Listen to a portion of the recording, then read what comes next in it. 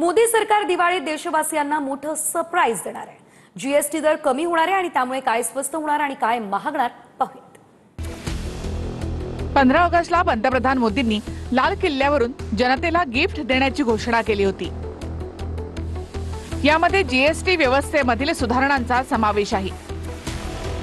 GST कौन्सिलची 3 दिवसांची बैठक होत आहे, ज्यामध्ये अनेक गोष्टींवरील जीएसटी दरांमध्ये बदल करण्यास मान्यता मिळू शकते।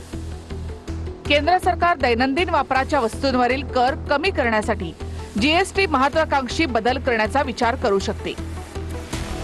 जीएसटी कौन्सिलच्या 2 दिवसांच्या बैठकीत 12% आणि 28% स्लॅब काढून अनुक्रमे 5% आणि 18% फक्त 2 स्लॅब ठेवण्याचा निर्णय मंजूर करणं अपेक्षित आहे। जीएसटी कौन्सिल 150हून अधिक उत्पादनांवरील टॅक्स कमी करण्याचा ऐतिहासिक निर्णय घेण्याची शक्यता आहे। 12% आणि 18% स्लॅब रद्द केले जाऊ शकतात। असं झाल्यास वस्तू किंवा उत्पादनं 5% किंवा 0% स्लॅबमध्ये आणली जाऊ शकतात।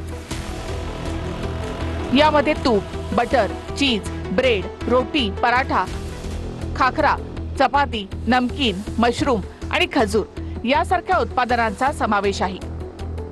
त्याचवेळी मिठाई, packed snacks, chocolate, pastry, ice cream, cereal flakes यावरील जीएसटी 18% वरून 5% पर्यंत कमी करण्याचा प्रस्ताव आहे। तसंच नकाशे, ग्लोब, पेन्सिल शार्पनर, कॉपी आणि लॅब नोटबुक यासारख्या शाळेशी संबंधित वस्तूंवरील जीएसटी 12% वरून 0% पर्यंत कमी करण्याचा प्रस्ताव आहे। छत्री, कपडे, शूज, सौर वॉटर हीटर, कृषी उपकरणं, एअर कंडिशनर, सिमेंट, रंग, टाइल्स, कार, एसयूव्ही यासारख्या उत्पादनांवर देखील जीएसटी स्लॅबमध्ये बदल होण्याची शक्यता आहे।